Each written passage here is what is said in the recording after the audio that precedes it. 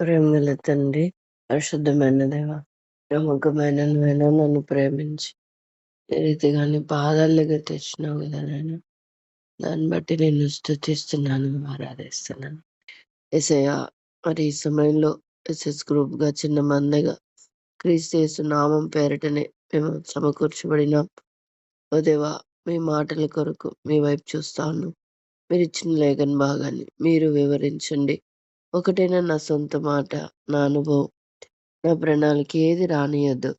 కేవలం నీ మాటలే నా నోటి నుంచి పలికింపచేయమని బ్రతిమాలుకుంటూ కొద్ది సమయంలో ఎక్కువ లాభం కలుగునట్లు కృపనివ్వమని ప్రతి విధమైన చీకటి అంధకార శక్తుల్ని నజరైన యేసు నామం పేరటని బంధిస్తూ యేసే నామంలో ప్రార్థిస్తున్నాను తండ్రి, ఆమేన్. కీర్తన గ్రంథం 18:6 నా శ్రమలో నేను యెహోవాకు మొరపెట్టి నా దేవునికి ప్రార్థన చేసి ఆయన తన ఆలయంలో ఆలకించి నా ప్రార్థన అంగీకరించెను. నా మొర్ర ఆయన సన్నిధిని చేరి ఆయన చెవుల జొచ్చెను. ఇది దావీదు మహారాజు చెప్తున్నటువంటి మాటలు. దావీదు మహారాజు ఎప్పుడు రాసినాడో ఈ కీర్తన తెలియదు కానీ ఏ సందర్భం అనేది రాయబడింది. తన శత్రువులందరి చేతిలో నుండి, సౌలు చేతిలో నుండి కూడా యెహోవా అతన్ని తప్పించిన దినాన సంతోషంతో ఈ కీర్తన రాస్తా ఉన్నాడు అనమాట. తన శ్రమలో అంటే తన శత్రువులు తను వెంటాడుతున్నప్పుడు, తను నష్టపరచాలని, అవమానపరచాలని ప్రయత్నిస్తున్నప్పుడు, అలా నష్టపరుస్తున్నప్పుడు, అవమానపరుస్తున్నప్పుడు, నిందిస్తున్నప్పుడు, తన శ్రమ అంతటిలో కూడా దావీదు కేవలము యెహోవా వైపు చూస్తూ వచ్చినాడు గనక తప్పించబడిన తర్వాత ధైర్యంగా ఆ దేవుణ్ణి ఆరాధిస్తా ఉన్నాడు. ఎట్లాగా ఆ దేవుడు తను విడుదల కలిగజేసినాడు అనే సంగతి కూడా తెలియపరుస్తా ఉన్నాడు. మన దేవుడు ఎలాంటి వాడంటే విజయం ఇచ్చే దేవుడు, ఎల్లప్పుడూ ఇచ్చే దేవుడు, అత్యధికమైన విజయం ఇచ్చేటువంటి దేవుడు అన్నమాట. ఇక్కడ కొన్ని మాటలు మనం గమనిస్తే దావీదు జీవితంలో శత్రువులు వెంటాడుతున్నారట, సౌలు రాజు వెంటాడుతున్నారు. అందరి చేతిలో నుంచి తను విడిపించబడతా వచ్చి ఒక చోట అంటున్నాడు, నేను మిన్నల్లి వంటి వాడనని. అంటే అంత చిన్న జీవి అయినప్పటికీ అంత గొప్పదైనటువంటి శత్రు జనాంగం చేతిలో నుంచి తప్పించబడుతూ వచ్చినాడు. కారణం ఏంటంటే తన శ్రమలో యెహోవాకు మొరపెడుతూ వచ్చినాడు. ఈయన మొరపెడుతుంటే కూడా ఈ మొర ఆ ప్రభు యొక్క చెవులో జొచ్చిందంట. ఎంత మంచి దేవుడు మన దేవుడు. ప్రార్థన ఆలకించేదే ఆయన పేరే ప్రార్థన ఆలకించువాడా. సంబోధనే ప్రార్థన ఆలకించువాడా అంట. అంత మంచి దేవుడు మనదే. ఈయన ప్రార్థన చేస్తున్నప్పుడు ఆయన తన మందిరంలో ఆలకించి నా ప్రార్థన అంగీకరించెను. నా మొర ఆయన సన్నిధిని చేరి ఆయన చెవుల జొచ్చెను. అది ఎంత చక్కగా విశ్వాసంతో మాట మాట్లాడుతున్నాడు. నేను ఇప్పుడు ఇవన్నీ గెలవడానికి కారణం ఏందంటే నేను మొరపెట్టినప్పుడు నా మొర ఆయన చెవుల జొచ్చెను అంటే ఆయన చెవుల్లోకి వెళ్ళిపోయింది. అలాగా మొర ఆయన చెవుల జొచ్చినప్పుడు అప్పుడు భూమి కంపించెను. 7వది పర్వతముల పునాదులు వణికెను అని చెప్తారు. పర్వతముల పునాదులు వణికెను అంటే మనం ఎప్పుడైతే మన శ్రమలో, మన దుఃఖ సమయంలో మనం దేవునికి మొరపెడతామో దేవుడు అలాగున మన పక్షాన యుద్ధం చేసేవాడుగా ఉంటాడు. అంత కోపగించుకునేవాడుగా, మన శత్రువుల మీద ఆయన కోపం చూపించేవాడుగా ఉంటాడు. అప్పుడు భూమి కంపించి అదిరెను, పర్వతముల పునాదులు వణికెను, ఆయన కోపింపగా అవి కంపించెను.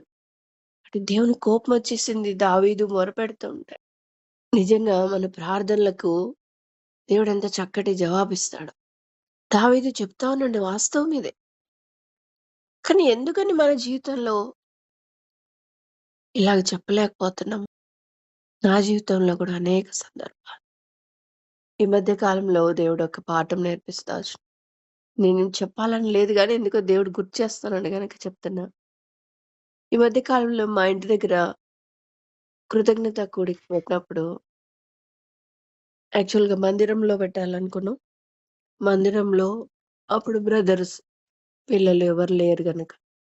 అందరూ వచ్చినప్పుడు సాటర్‌డే పెట్టుకుందామని అట్లా అనుకోకుండా అట్లా అది గూడా ఆ వీక్ ఎందుకంటే అది నా యొక్క బాప్తిజం తీసుకున్న డే 27థ్ అదే వీక్‌లో సాటర్‌డే మేము కృతజ్ఞత కూడిక ఇంట్లో పెట్టుకున్నాం. మందిరంలో సాక్ష్యం చెప్దురు అని అన్నాడు అన్న. కానీ ఒకవేళ నిజంగా అక్కడ చెప్పాల్సిందొచ్చుంటే చాలా 5 నిమిషాలు, 10 నిమిషాల్లో ఉండేది. అయినా గూడా అంత ప్రార్థన లేమియుంది. అంత భారం గూడా ఉండేది గాదు. ఇప్పుడు అనుకోకుండా ఇంట్లో పెట్టినాము. ఇంకా ఇంట్లో పెట్టిన తర్వాత అందరం పిలుస్తున్నప్పుడు ఒకటే ప్రార్థన. వీళ్ళు రావడం వల్ల నా కుటుంబం ఆశీర్వదించబడతారు నిజమే. పరిశుద్ధులు రావడం అనేది మంచిది ఆశీర్వాదం. అదే గాదు వాళ్ళు గూడా ఆశీర్వదించబడాల అనేది నా భారం. ద్వితీయోపదేశకాండం ఇందులో ఉంటది గదా! ఆ! ఇంటికి వచ్చినప్పుడు, ఎళ్ళినప్పుడు ఆశీర్వదించబడేది అనే మాట. అట్లాగా ఉండాలి అనే ఆశ నాది. నాకు సాక్ష్యం జెప్పాలి. ఒకే ఒక సంగతి నేను జేయగలిగిందేది ఏంటంటే సాక్ష్యం జెప్తురు అని అన్నారు. ఇంక అదే ఉందన్నమాట. ఇంక నాకెక్కువ టైం గూడా లేదు. ఇంక నేనేమి ప్రయాసపడలేదు ఇంట్లో. నేను ఇంట్లో ఏం జేసేదేం లేదు. నా పని నేను. సాక్ష్యం చెప్పాలా, సాక్ష్యం జెప్పాలా. ఇదే భారముంది. అంటే వచ్చిన వాళ్ళు ఆశీర్వదించబడాలని రాత్రంతా ఆ 3 రోజులు నైట్స్ ఎక్కువ సేపు దేవుని సన్నిధిలో గడుపుతా వచ్చిన. 11-1 వరకు. అలాగా ఒకటే ప్రభు ఆ టైంలో నేను మాట్లాడకూడదు. ఏం చెప్పాలో గూడా నాకు తెలీదు. నాకొద్దు గూడా. ఆ టైంలో నువ్వేం మాట్లాడతావు అది మాట్లాడంతే. ఒకటే గురి. నీ నామమే మహిమపరచబడాలి. నేను అతిశయించకూడదు. ఎక్కడ నేననేది కనపడకూడదు. ఎలా జెప్తావో నాకు తెలీదు.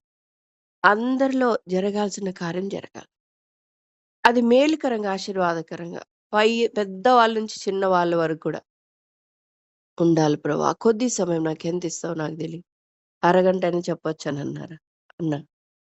ఇంకా సరే, ఇంక ప్రార్థన అలాగున అంటే ఇంతకుముందు సాక్ష్యానికి ముందు ప్రార్థన చేసుకునేదాన్ని. కానీ ఈసారి సాక్ష్యానికి ముందు ఒక 2 రోజులు, 3 రోజులు ఖచ్చితంగా. నేను కౌంట్ చేయలే గానీ 3 రోజులు రాత్రిళ్ళు నిద్ర లేదు. పొద్దున్న తెల్లవారుజామున పడుకునేదాన్ని. అట్లాగా రాత్రంతా చేసేది, ప్లీజ్ ప్రభా! నీ ప్రజలకు మేలు కలగాల, మేలు కలగాలి. ఒక్కటైనా నా సొంత మాట ఉండకూడదు. యథార్థంగా ఉండాలి. నీకు మహిమ కలగాల, నీకు మహిమ కలగాల. ఇలాగా అది ప్రార్థన చేసుకుంటూ, కన్నీరు గారుస్తూ, వచ్చిన వాళ్ళు దీవించబడాలా. ఏది దీవెనంటే, ఈ లోకంలో భౌతిక సంబంధమైన అవి ఇవి మేడల మిద్దెలు కట్టుకునేది కాదు దీవెనంటే. ఆత్మీయంగా ఏ కట్టు బంధకాలున్నాయో వాటి నుంచి బయటపడాలి. ఆత్మీయంగా వాళ్ళు ఏ స్థితిని గెలవలేకపోతున్నారో గెలవాలి. ఏ స్థితిని ఎరగలేకపోతున్నారో ఎరగాలి. అలాగని భారం కలిగి ప్రార్థన చేస్తూ వచ్చిన దేవుని కృపను బట్టి, ఆ సమయంలో దేవుడు స్టార్టింగ్ నుంచి ఈవెనింగ్ స ఎండింగ్ వరకు గూడా దేవుడు ఆత్మ ద్వారానే నడిపిస్తా, సాక్ష్యం చెప్పిస్తా వచ్చాడు. అయిపోయిన తర్వాత గూడా ఆ దినాల్లో గూడా పాస్టర్‌లు అందరూ ఇంట్లోకొచ్చి భోంచేస్తున్నారు గదా! అప్పుడు వాళ్ళు ఎంతో సంతోషపడతా ఉన్నారు. "అన్న చాలా వందనాలన్న ఇంటికొచ్చి భోంచేసినందుకు. వచ్చినందుకు" అని నేనంటే, "అమ్మ మేమే చెప్పాలమ్మా. మీకు వందనాలు. మీరు మాకు ఎంత మంచిగా" అని చెప్తా ఉన్నారు. భౌతికమైన, ఆత్మీయమైన ఆహారం పెట్టినందుకు చాలా వందనాలని వాళ్ళు చెప్తారు. సరే అట్లా అయిపోయింది. అయితే నాకు అది ఒక విజయం అన్నమాట. అంటే ఎప్పుడైనా ఏదో పని అంటే దానికి ఏదన్నా మనం చేసే వర్క్ అదేదైనా గావచ్చు. ఉపవాస ప్రార్థన గావచ్చు, ఇంకేదైనా గావచ్చు. ఇంకేదన్నా గావచ్చు. ముందుగా ప్రార్థన జేస్తే, ఓహో! ఇట్లా ఉంటది అనేది నాకు అలా అక్కడ అర్థమైందనమాట. ముందుగా 3 రోజుల నుంచి అంటే అప్పటికప్పుడు చేసుకోవడం వల్ల అంత ఉండదు గానీ, ముందుగా ప్లీజ్, ప్లీజ్ అని గోజాడడం అనేది అంత విజయాన్ని ఇస్తా వచ్చిందని నాకర్థమైంది. ఎందుకంటే మళ్ళీ మన ఇంటికి రారు. వాళ్ళు ఆశీర్వదించబడాలనేది, ప్రతి ఒక్కరిలో కార్యం జరగాలనేది. దేవుడు కార్యం నేను అడిగాను, దేవుడు ఇచ్చినాడనేదే నాకు కూడా తృప్తి. సరే, అట్లా అదొక అనుభవం నాకు నా జీవితంలో. ఆ తర్వాత ఆ అనుభవాన్ని ఆ 3 డేస్ ఫిబ్రవరి 13, 14, 15 డేస్, ఆ 3 డేస్‌లో గూడా దాని కొరకు గూడా అట్లాగా ముందుగా ప్రార్థన చేయడం అనేది జరిగింది. దేవుడు నాకిచ్చిన పని నేను సంపూర్ణంగా నెరవేర్చిన, అది నాకు చాలా సంతోషం అది. అంతకుముందు లాస్ట్ ఇయర్ నేను అట్లా నెరవేర్చలేకపోయినాను. అక్కడ శత్రువు ఓడించినాడు. నేను కొన్ని విషయాల్లో అది చెప్పగలను. సంపూర్ణ వర్క్ నేను చేయలేదని చెప్పగలుగుతా. ఈసారి చేయడానికి కారణం ఏందంటే, ముందుగా ప్రార్థన చేయడం. ముందుగా ప్రార్థన చేయడం. ఇక్కడైతే కృతజ్ఞతాకుడులు ఏదైతే నేర్చుకున్నానో అది ఆహ్, ఫిబ్రవరి మీటింగ్స్‌లో అప్లై చేసినాను. అలాగే ఇప్పుడే అంతేకాదు, కానూరు మీటింగ్స్‌లో గూడా అది గూడా ముందుగానే, ఆ ముందు రోజే. ఒకటి గురి, ఆత్మల గురించిన భారం. ప్లస్ నేను ఆయన ఆధీనంలో ఉండాలి ఆ టైంలో. అంటే నేను నలిగిపోవాల. నేను నల్లగొట్టబడాల. అది దేవునితో సూటిగా స్పష్టంగానే మాట్లాడుతా వచ్చిన. ప్రభా! నన్ను నలగొట్టైనా పర్లేదు, అక్కడ కార్యం నువ్వు సంపూర్ణంగా నెరవేర్చు. వాక్యం జరుగుతూ ఉండగానే ప్రార్థన జరుగుతూ ఉండాలి హృదయంలో. అలాగా కాన్సంట్రేషన్, అది రెండిటిని కాన్సంట్రేట్ జేయాలి. అది నువ్వు నాకు సహాయం చేయని ప్రార్థన చేస్తూ వచ్చినప్పుడు, దేవుడు అట్లా కానూరులో గూడా విజయం ఇస్తా వచ్చినాడు. దాన్ని బట్టి దేవునికి వందనాలు. అయితే ఈ సమయంలో గుర్తు చేసి మనకు చెప్పే సంగతేందంటే, దేవుడు నమ్మదగినవాడు. దేవుడు అన్నిటికి విజయం ఇవ్వగలవాడు. ఇప్పుడు ఈ 3 సందర్భాల్లో గూడా ఎలాగ విజయం ఇచ్చినాడు అనంటే ప్రార్థనే. ఇప్పుడు దావీదు గూడా చెప్తున్నాడు, నా శత్రువులందరిని నేను జయించడానికి కారణం ఏందంటే ప్రార్థనే. నేను నా శ్రమలోనే మొరపెట్టినా అది ఆయన చెవులో చొచ్చింది. ఆయన లేచినాడు. భూమి కంపించింది అంతే. ఆయన లేస్తే అయిపోయింది. దేవుడు అద్భుతాలు చేసే దేవుడు. మన మధ్యలో ఉన్నాడు. ఆయన శక్తిమంతుడు. అనేక సార్లు మనం మొరపెట్టే పొందుకోలేకపోతాం. మన శరీరాన్ని నల్లగొట్టుకోలేకనే పొందుకోలేకపోతున్నాం. ఆ దినాల్లోనే మొదటి పేతురు 4 అధ్యాయంలో శ్రమ పడడం అనేది ఆయుధంగా ధరించాలని ఆ దినాల్లో మన వాక్యాలు గూడా అప్పుడప్పుడు నేను చెప్తా వచ్చినాను గదా! ఆ అనుభవం నాకు నేర్పిస్తా వచ్చినాడు. శ్రమపడు, అదే ఆయుధం నీకు, అదే ఆయుధం నీకు. అలాగని చెప్తా వచ్చినాడు గనక అదే అప్లై చేస్తా వచ్చిన. శత్రువుని అనేక సార్లు వాడు జయించడానికి కారణం ఏంది అనంటే, ఈ శరీరం అనేది పనిచేస్తా ఉంది. అడ్డుపడతా ఉంది. అది నలగకపోవడం వల్ల ఏం చేస్తుందంటే, నా కాన్సంట్రేషన్ అనేది దెబ్బతింటా ఉంది. కాబట్టి అది నలగాల. చాలా సార్లు మీటింగ్స్ టైమ్‌లో ఉపవాసం ఉండేదాన్ని. అక్కడ ఓడిపోయేదాన్ని నేను. చెప్తున్నా గదా! ఇంతకుముందు మిస్టేక్ జేసిన. ఎక్కడ దేవుడు ఈ దినాల్లో నేర్పించిన సంగతి, విజయం వచ్చిన సంగతి నేను మీకు చెప్తా ఉన్నా. ఉపవాసం ఉన్నప్పుడు మీటింగ్స్ టైమ్‌లో నాకు ఆ వీక్‌నెస్ వల్ల కాన్సంట్రేషన్ వచ్చేది గాదు. కొంచెం కాన్సంట్రేట్ జేసేదాన్ని. తర్వాత ఆ వీక్‌నెస్ వల్ల మైండ్ డైవర్ట్ అంటే వీక్ అయిపోయేది. కాన్సంట్రేషన్ కూడా ఎనర్జీ అవసరం. అంటే అప్పట్లాగానే ఎనర్జీ అంటే ఏజ్ పెరిగిపోతాంది గదా! ఎక్కువ సేపు ఉపవాసం ఉండలేకపోతున్నాం. ఆ టయానికి మైండ్ కన్‌ఫ్యూజన్ లాగానో, వీక్‌గానో అయిపోతుంది. ఎండింగ్ వరకు గూడా పరిపూర్ణమైన వర్క్ చేయలేకపోయాను. ఈసారి అలా చేయలేదు. ఆ టైంలో నువ్వు బాగా తిను. ముందుగా, ముందుగా చెయ్యి ప్రార్థన. ముందుగా ఉపవాసం ఉండు. ముందుగా నలగొట్టుకో. అది నేర్పిస్తాచ్చు. దేవుడు ఆ రకంగా ఆ దినాల్లో జవాబిచ్చినాడు. ఇప్పుడు ఇది చెప్తా ఉంటే అది గుర్తు చేస్తా ఉన్నాడు. ఎలాగ దావీదు విజయం పొందినాడు, ఎలాగ ఈ విషయాల్లో శత్రు బలమంతటి మీద విజయం ఇచ్చినాడు. మామూలుగా పరిచర్య జరగాలంటే ఒక్క శత్రువు గాదు, గుంపులుంటాయి అవి అడ్డుకోవడానికి. ఎందుకంటే అక్కడ నిలబడే వాళ్ళు ఒకరు జేసే పని ఎంతమందికి ఉపయోగకరం అంటే, అక్కడ వచ్చే వందలాది మందికి అది ఆశీర్వాదకరం. కాబట్టి శత్రువు ఏం చేస్తాడంటే ఆ మెసేజే అదే నష్టపరిచేవాడుగా ఉంటాడు. వాడిని ఎదుర్కోవాలంటే వాడొక్కడు గాదు గదా! వాడు అంధకార శక్తి. దురాత్మల సమూహం అది. అది ఎదుర్కోవాలంటే, శత్రువు అన్నిటి మీద విజయం రావాలంటే, మనం ముందుగా సిద్ధపాటు అవసరం. ఇంతకుముందు నేను అలా లేదు నా జీవితం. ఇప్పుడు నేర్పించాడు. అందుకే మన ముందుకి మాటలు గూడా వస్తున్నాయి. ముందుగా సిద్ధపాటు. ఎందుకంటే ఆ ఏడుపు, ఆ కన్నీరు, ముందు రోజుల్లో కన్నీరు అదంతా ఆయన దగ్గరికి జ్ఞాపకార్థంగా చేరింది. పర్టిక్యులర్ సమయమప్పుడు అది ఉపయోగించబడుతది. కొర్నేలి ప్రార్థన చేస్తున్నాడు గదా! ఆయన ధర్మకార్యాలేంటి, ఆయన ప్రార్థనలన్నీ జ్ఞాపకార్థంగా ఉన్నాయంట ఆయన దగ్గర. అంటే దేవుని దగ్గర ఉన్నాయి. జ్ఞాపకం చేస్తా ఉన్నాయి. కొర్నేలి అన్యుడు గాని, ఆ ధర్మకార్యాలు, అతను చేసిన ప్రార్థనలన్నీ దేవుని దగ్గరున్నాయి. కొర్నేలి అతని బంధువులందరూ గూడా క్రీస్తు రక్తంలో కడగబడాలి, వాళ్ళు రక్షించబడాల. ఆ ప్రార్థనలు జ్ఞాపకం చేస్తున్నాయి దేవునికి. అందుకనే దేవుడు తగిన సమయమందు పేతురుని పంపి, అక్కడ వాళ్ళ కుటుంబాలు, వాళ్ళ బంధువులందరూ అతని కుటుంబం అంతా రక్షించబడేటట్లు చేసినాడు. కాబట్టి మనం చేసే ప్రార్థనలు ముందుగా జ్ఞాపకార్థంగా తండ్రి దగ్గర ఉంటాయి. అవి సమయానికి సమయానికి వర్క్ చేస్తాయి అన్నమాట. కాబట్టి మనం గూడా దావీదు వలె మనం ప్రార్థన చేయడం నేర్చుకోవాలి. మన దేవుని శక్తిని ఎరగాలమ్మా. ఊరికే గుడ్డిగా ఉండేది గాదు. ఎవరి మీద ఆధారపడడం కానే కాదు. నేనొక్కటి చెప్తాను క్లియర్‌గా. నువ్వు మారే వరకు నీ సమస్యలు తీరవు. సింపుల్. నువ్వు అప్పటికి సద్దుమణిగినట్టుంటాయేమో గానీ, మళ్ళా లేస్తాయి. టోటల్ దేవుడు కోరేదేందంటే నువ్వు మారాలా. నువ్వు మారాలా.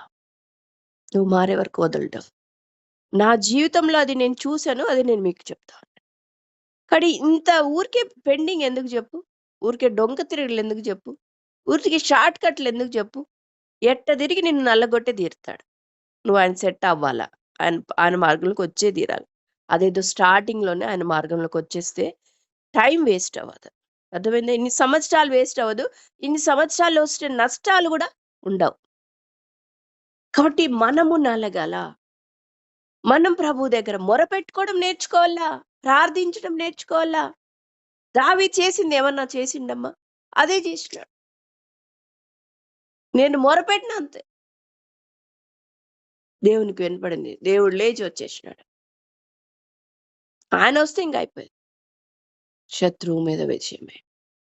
దేవుడెంత గొప్పవాడంటే, ఆ సేన దయ్యం పట్టిన వాడిని, నిజంగానే ఒక్క దయ్యం పట్టిన వాడిని చూస్తే మనం తట్టుకోలేమే. ఒక దయ్యం పట్టినోడంటే ఎంత దూరంగా ఉంటాము. అట్లాంటిది 2000 దయ్యాలంట సేనంటే. అంతమందిని వాడు ఎట్లుంటాడసల ఆ వ్యక్తి? ఆ వ్యక్తిని చూసి తట్టుకోగలుగుతాం మనం. అసలు ఆ వ్యక్తి మారతాడని ఊహిస్తామా? అది ముఖ్యం. ఊహిస్తామా? కానీ మన దేవుడు శక్తిమంతుడు. అలాంటి వారిని బాగు చేయగల సమర్థుడు మన దేవుడు. అందుకనే ఆ వ్యక్తిని చూపించిండేది. ఎగ్జాంపుల్‌గా పెట్టిండేది. మన కళ్ళ ముందు మన పిల్లలున్నారు, భర్త ఉన్నారు, మన ఇంటి వాళ్ళున్నారు, మనం ఎవరి కోసమైనా ప్రార్థన చేస్తున్నాం వాళ్ళున్నారు. వాళ్ళేం దయ్యం పట్టిండ్లే కదా! వాళ్ళ దగ్గర ఈ సీన లాంటి దయ్యాలు లేవు. ఉన్నాయి. కానీ కనబడని దయ్యాలున్నాయి. వీడు ఈ సేనతో కంపేర్ చేస్తే అంత లేవు కదా! కానీ సేన దయ్యం పట్టిన వాడిని మార్చి వాడు స్వస్థ చిత్తుడై ప్రభువు పాదాల దగ్గర కూర్చున్నాడంట. నీ వెంబడే వస్తా అంటున్నాడంట. ఎంతగా మార్చేసినాడు. వాడు బట్టలు ధరించి అనే మాట చూస్తాం. దిగంబరుడు ఇప్పుడు బట్టలు ధరించుకున్నాడు. మన దేవునికి ఎంత శక్తి ఉందమ్మా! ఆ సేన దయ్యం పట్టినోడినే మారిస్తే మన సంగతేంది? మన ఇంట్లో పిల్లల సంగతేమి? భర్త సంగతేమి? చుట్టుపక్కల బంధువుల సంగతేంది? వాళ్ళ దయ్యాలెంత? వాళ్ళ సమస్య ఒక సమస్య అసలు దేవుడికి? చెప్పండి. ఎందుకు వాళ్ళలో కార్యం జరగట్లేదంటే? మనమే. మనము ఎక్కడ సరి చేయబడాలో అక్కడ సరి చేయబడట్లేదు గనక మన ఇంట్లో కార్యాలు జరగటం లేదు. ఇక్కడ దావీదు ప్రార్థన చేస్తే విజయం ఇచ్చినాడంట. ఎలాంటి విజయమో రాస్తాడు చూడండి. కీర్తన 18లో ఇంకా 37 చూడండి. నా శత్రువులను తరిమి పట్టుకొందును, వారిని నశింప చేయు వరకు నేను తిరగను. ఎట్లా ఉండాలమ్మా మనం? వారిని నశింపజేసే వరకు నేను తిరగను వెనక్కి. ఖచ్చితంగా వాళ్ళని నశింపజేయాలా, వాళ్ళని నిర్మూలం చేయాలా. అందుకే 40 వచనం ఏమంటాడు? నన్ను ద్వేషించే వారిని నేను నిర్మూలము చేసి తిని, నా శత్రువులను వెనుకకు నీవు మళ్ళజేసితివి. 38లో వారు నా పాదముల క్రింద పడుదురు, వారు లేవలేకపోవునట్లు నేను వారిని అనగద్రొక్కుదును. చూసావా? ఇలాంటి పట్టుదల మనకుండాలి. ఏదోలేబ్బా ఈ రోజుకి బాగున్నాడు, ఈ రోజుకి పర్వాలేదులే అనకూడదు. మనలో ఉన్నవాడు లోకంలో ఉన్నవానికంటే గొప్పవాడు. శత్రువులు ఎంతమంది, అన్నిటి మీద, అందరి మీద, అన్ని పరిస్థితుల మీద విజయం ఇవ్వగల శక్తిమంతుడు మన దేవుడు. నా శత్రువులను వెనుకకు నీవు మళ్ళజేసితివి, నన్ను ద్వేషించు అని. కాబట్టి మన యుద్ధం ఎట్లా ఉండాలా, మన ఆసక్తి ఎట్లా ఉండాలా, మనము పోరాడుతున్నటువంటి సమస్యలు ఎట్లా ఉండాలంటే, నా దేవుడు నిర్మూలము చేయగలవాడు, నేను తిరగనసల. నిర్మూలం చేసే వరకు, వాడిని హతమార్చే వరకు, వాడిని నశింపజేసే వరకు నేను వెనక్కి తిరగను. అసలు ఎంత మాట అది! వారిని నశింపజేయు వరకు నేను తిరగను. మన యుద్ధం అట్లా ఉండాలా. ఓయమ్మ ఈమెతో ఊరికే పెట్టుకున్నానే, వీళ్ళతో ఊరికే పెట్టుకున్నానే అనుకోవాలా సాతాను. అట్లుండాల పరిస్థితి. ఎందుకంటే మనలో ఉన్నవాడు అట్లా శక్తిమంతుడు. మొరపెడితే చాలు చేస్తాడాయన. మనం ఇప్పుడు లలిత సిస్టర్ సాక్ష్యం వింటిమి. వాళ్ళ అక్క గురించి ఎక్కడ కూడా తనకి అవకాశం లేదు తనకు పోయి వాళ్ళ అక్క హెల్ప్ చేయడానికి. వాళ్ళ బావ గాని వాళ్ళెవరు మనం చెప్తే వినేటట్లు లేరు. వాళ్ళ పద్ధతులే వాళ్ళే. వాళ్ళు హిందూస్. కాబట్టి ఏం మాట పడనీరు. మానవ ప్రయత్నం ఏం లేదిక్కడ. ఒకవేళ ఉంటే ప్రయత్నం చేసేదేమో గాని. ఏ యొక్క సదుపాయాలు లేవడ. అయితే ఏం చేసింది? దేవుని దగ్గర మొరపెట్టింది. ఎంత ఆశ్చర్యం! సరే ప్రభా, మేమెంత జెప్పినా వాళ్ళు ఆయుర్వేదకి వెళ్తాం అంటున్నారు. ఇంగ దానికే బోతున్నారు. కాబట్టి నీ చిత్తం ఎట్లా ఉందో, నువ్వు వాళ్ళని ఆయుర్వేదకి ఎళ్ళకుండా మంచి మార్గాన్ని తీసుకెళ్ళగలవు. నువ్వు చిత్తమైతే అలా తీసుకెళ్ళు. నేను ఎవరిని చెప్పను, అడగను. ఒకవేళ ఆయుర్వేదంకెళ్ళినారంటే నీ చిత్తమైతేనే అది జరుగుతదనుకుంటా. కనీసం ఆ ఆయుర్వేద ద్వారా అయినా ఆమెలో స్వస్థత జరిగేటట్లు చెయ్యి. అంతే ప్రార్థన. ప్రార్థన అంతే. దేవుడేం చేస్తాడు? ఆ ఆయుర్వేదనే పనిచేసేటట్టు చేస్తాడు. ఆ చుట్టుపక్కన వాళ్ళ నుంచి ఆమెకు సరైన ట్రీట్మెంట్ అందేటట్టు చేస్తాడు. శత్రువులు ఎన్నైనా గాని మనము మొక్కుకున్న దేవుడు నమ్మదగినవాడు. ఇప్పుడు మనము ఆగిపోకూడదు మన ప్రార్థన. సంపూర్ణంగా నశించాలి వాడు. నేను వెనక్కి తిరగను. వాడు మా అక్క జీవితంలో ఉండకూడదు. ఈ పట్టుదల ప్రార్థన అక్కకు స్వస్థత వరకే గాదు. వాళ్ళ భౌతిక స్వస్థతనే చేసిన వాడు ఆత్మీయ స్వస్థత చేయలేడా? ఆమె కొరకే చేయగలడా? ఆమె ద్వారా ఆమె కుటుంబం అంతటిని స్వస్థపరచగల శక్తిమంతుడు. మనలో ఉన్నాడు, మనతో ఉన్నాడు. వీటికంటే గొప్ప కార్యములను చేసిన వాడు. ఇదంతా ఆయనలో చెప్పండి. 2000 సేనలు పట్టిన వాళ్ళు ఉన్నారా? అలాంటి వారిని విడిపించిన వాడు. వీళ్ళెంత? కాబట్టి భౌతిక స్వస్థత, అవును మా అక్క చనిపోకూడదు, బతకాల. ఎంత భారం వచ్చి ప్రార్థించినామో ఆ భారం ఆగిపోకూడదు. మా అక్క భౌతికంగా బ్రతకడమే కాదయ్యా, ఆత్మీయంగా కూడా బ్రతకాల. జీవంగల దేవుడు నువ్వే అని ఎరగాల. తను లేవాలా, నిలబడాలా నీ కొరకు. వెనక నుండి మనం సపోర్ట్ చేస్తూ ప్రార్థిస్తున్న కొద్ది దేవుడు నిలబెడతాడు. ఇది మనకు ఎగ్జాంపుల్ గా ఉంది గనక చూపిస్తున్నాను. అలాగే ఇప్పుడు మనం చేస్తున్న ప్రార్థనలు అలాగ నిలబెట్టాలా. మన ప్రభు యొక్క శక్తిని ఎరుగుదాం. శరీరము నల్లగొట్టుకోవాలి. మళ్ళీ అది చూసుకుందాం. అయితే 1 పేతురు. దావీదు శరీరము శ్రమ పడకనే విజయం పొందినాడా? 1 పేతురు 4:1 క్రీస్తు శరీరమందు శ్రమపడెను గనుక మీరును అట్టి మనస్సును ఆయుధముగా ధరించుడి. శ్రమ పడటం ప్రార్థన అంటే శ్రమ పడ్డమే. కన్నీరు, మొర ఆగక జరగాల. చాలాసార్లు కన్నీరు రాదు, ప్రార్థన రాదు అంటే ఏం లేదు, భారం లేదు. అప్పుడు శరీరాన్ని నల్లగొట్టుకోవాలి, ఇంకా నల్లగొట్టుకోవాలి. ప్రభు దగ్గర కూర్చోవాలి. కార్యము సాధించే వరకు వెనక్కి తిరిగి చూడకూడదు. నేను వాడు నశించే వరకు నేను తిరుగను అంటున్నాడు దావీదు. అలాగా విశ్వాసంతో మనం ముందుకు సాగాలని దేవుడి మాటలు మన ముందుకు తీసుకొచ్చినాడు. దావీదు జీవితంలో సౌలు మాత్రమే కాదు, అతని శత్రువులు ఎంతమంది ఉన్నారు అందరి చేతిలో నుంచి దావీదును విడిపించినాడు. ఆ దేవుడే నేడు కూడా మన మధ్యలో ఉన్నాడు. ఈ మాటలు ఎందుకు తీసినాడంటే, వాళ్ళకి సాయం చేసిన దేవుణ్ణి నేను నీకు కూడా చేస్తానమ్మా, నువ్వు కూడా మొరపెట్టు, విశ్వాసంతో మొరపెట్టు, నేను నీకు సహాయం చేస్తానని దేవుడు మనకు చెప్తా ఉన్నాడు. కాబట్టి మనం మొరపెట్టడం నేర్చుకుందాం, విశ్వాసంతో మొరపెడదాం. ప్రభు సన్నిధికి చేరినట్లు ఆయన ఆలయంలో ఆలయంలో మన ప్రార్థన వినపడాల. ఆయన తన ఆలయంలో ఆలకించి నా ప్రార్థన అంగీకరించను. ఎక్కడ ఆలకించినాడంట? ఆకాశమందు ఆయన ఆలయం ఉంది, అక్కడ ఆలకించినాడంట. నా మొర్ర ఆయన సన్నిధిని చేరి ఆయన చెవుల జొచ్చి ఎంత ధైర్యంగా చెప్తా ఉన్నాడు. మనం కూడా అట్లాంటి మొర పెడదాం, మన సమస్యల నుంచి విడుదల పొందుదాం. దేవుడి మాటలు మన కొరకే దీవించును గాక. ఆమేన్.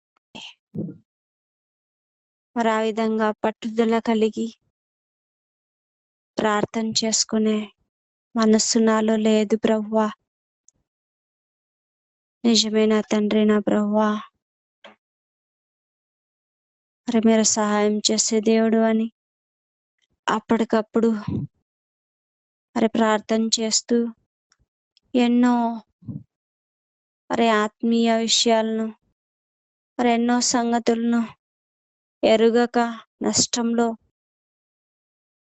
నేను పోతున్నానని మరి తెలియపరుస్తూ వచ్చారు ప్రభువా. నా తండ్రి, మరి నేను కూడా పట్టుదల కలిగి ప్రభువా ముందు నుంచే మరి ప్రార్థన చేసుకోవడానికి నాకు సహాయం చేయండి ప్రభువా. దయచేసి ఇక నుంచి అలాగుండునట్లుగా నాకు సహాయం చేస్తారండి ప్రభువా. నా తండ్రి, మరి శ్రమపడు అదే నీ ఆయుధం అని మీరు తెలియపరుస్తూ వచ్చారు. నిజంగా అలాగా శ్రమ పడే మనస్సు, మరి అలాంటి శరీరాన్ని నలగొట్టుకునే ఆలోచన ప్రభువా మరి నాకు లేదు ప్రభువా. నన్ను క్షమించండి.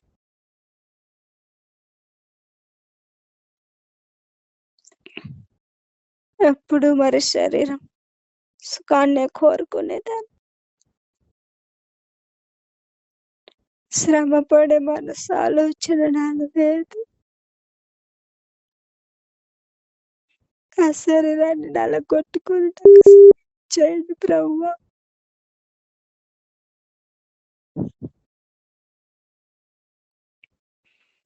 నేను మారితే మరి సమస్యలు మారుతాయి.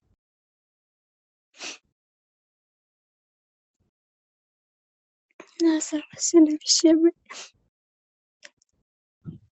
నేను అలాగా శరీరాన్ని నలగొట్టుకోవడానికి సహాయం చేయి. నిర్లక్ష్యము, శరీర సుఖాన్ని కోరుకునే దానిగా, ప్రార్థన అంటే పట్టుదల లేని దానిగా నేను అంటున్నాను ప్రభువా.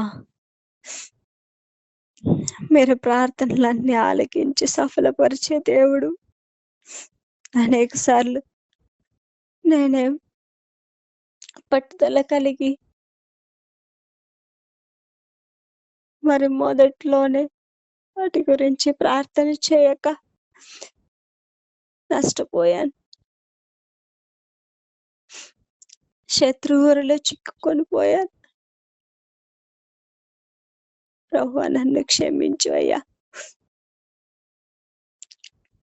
ఆ విధంగా పట్టుదల కలిగి శరీరాన్ని నలగొట్టుకొని శ్రమ పడుటకు ఇష్టపడి ముమ్మారు నీ పాద సన్నిధిలో చేరి ప్రార్థించుటకు సహాయం చేయి ప్రభువా. దయచేసి అట్లా కృప చూపిస్తురా తండ్రి. ఆ విధంగా నా ప్రభువా నేను మారుటకు, నా సమస్యలు మార్చుకొనుటకు సహాయం చేస్తురమ్మని ప్రార్థిస్తున్నాను. ఆ విధంగా నా బలహీనతలో మీరు బలమైన దేవుడుగా ఉంటున్నారు ప్రభువా నా తండ్రి. నిజముగా ప్రభువా నా తండ్రి, మీ యొక్క బలమైన మంచి దేవుడు ప్రభువా నా తండ్రి. నేను ఎరగక ప్రభువా నా తండ్రి ఎంతసేపు నా బలహీనతని నేను నా ముందుంచుకొని బలమైన దేవుడు నాకున్నాడని ప్రభువా నేను ఆలోచన లేని దానిగా ఉన్నాను ప్రభువా నా తండ్రి.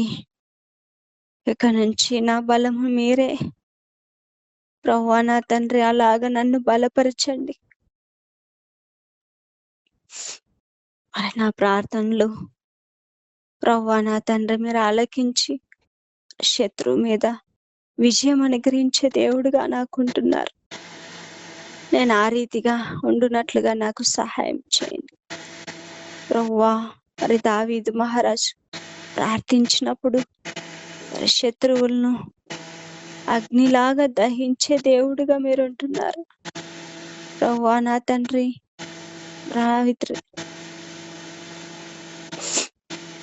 దివారాత్రములు ఆ విధంగా ప్రార్థించి ప్రభువా ఈ విషయాన్ని నేను కూడా పొందుకొనుటకు సహాయం చేయండి ప్రభువా. ఆ విధంగా ప్రభువా నా తండ్రి అనేక బలహీనతల్లో బలమైన దేవుడు మీరున్నారని, మీరు నడిపిస్తారని నేను బలం తెచ్చుకొని మరి ప్రార్థించుటకు సహాయం చేయండి ప్రభువా నా తండ్రి. మరి శ్రమ పడుటకు, శరీరాన్ని నలగొట్టుకొనుటకు, నేను మారుటకు నాకెంతైనా సహాయం చేస్తురమ్మని, అలాగా ప్రభువా నాన్న తిరిగి మీరు సమకూర్చుకోమని తగ్గించుకుంటూ మీ ఘనమైన నామాన్ని హెచ్చిస్తూ ముందున్న సమయాన్ని దీవెనకరంగా చేయమని నా ప్రభు రక్షకుడు యేసుక్రీస్తు నామమున స్తుతించి ప్రార్థించి అడిగి వేడుకుంటున్నాను తండ్రి. ఆమేన్. ప్రేమగల తండ్రి, జీవంగల ప్రభా, పరిశుద్ధుడా, నీ మహోన్నతమైన సర్వశక్తి కలిగిన అత్యంత కృప కలిగిన గొప్ప నామానికి వందనాలు స్తోత్రాలు చెల్లిస్తాను ప్రభా. దావీదు మొదలుపెట్టినప్పుడు శత్రువులందరి నుంచి విడిపించి విజయం ఇచ్చావు నాయన. దావీదుకి పొందుకున్న ప్రతి శ్రమలోను కేవలం దావీదు నీకు మొరపెట్టడం ద్వారానే విడుదల పొందాడు. శ్రమలో నాయన, తన శ్రమలో తను మొరపెట్టినప్పుడు నువ్వు విడిపించావు నాయన. శత్రువు బలమంతటి మీద విజయం ఇచ్చావు. తన తలనెత్తావు, తన కాళ్ళను స్థిరపరిచావు, లేడి కాళ్ళ వలె చేసావు నాయన. మీకు వందనాలు. దీనికి అంతటికీ కారణం మొరపెట్టుట, మొర ద్వారానే ప్రభా. నేను తగినంత ప్రార్థన చేయక, నా జీవితంలో మొరలేక, నన్ను తరుముచున్న పరిస్థితుల నుంచి, నాకు కలిగిన అవమానం నుంచి లేవలేకపోతున్నాను ప్రభా.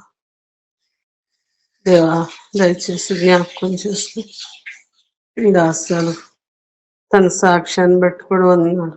తన ప్రార్థన ద్వారా భయంకరమైన పరిస్థితి నుంచి, అన్నిటి నుంచి కూడా విడుదల ఇచ్చావు. శరీరాన్ని నలగొట్టుకొని నీ సన్నిధిలో నిద్రాహారాలు మాని గడుపుడు ద్వారా నాయన ఎంతో మార్చుకుంటూ వచ్చే పరిస్థితులన్నీ కూడా.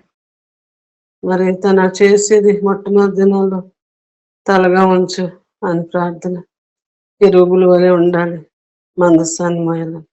ఈనాడు నువ్వు అలా సిద్ధపరచుకుంటూ వచ్చావు. దీనంతటికీ కారణం తను కూడా దివారాత్రులు నీ సొంలో కాచిన కన్నీరు ప్రార్థన మమ్మల్ని తీసుకొచ్చారు ప్రభావ. మరి నా విషయమే దయచేసి నాకు వాక్యం వినిపిస్తున్నావు, కట్టడలు గైకొన్నట్లుగా నా బుద్ధిని, నా జీవితాన్ని, నా దేహాన్ని, నా ప్రాణాన్ని, ఆత్మను స్థిరపరచు స్థిరం లేని దానిగా స్థిరాలుగా ఉన్నాను, అజ్ఞానిగా ఉన్నాను, సమయం వృధా చేసుకున్నాను.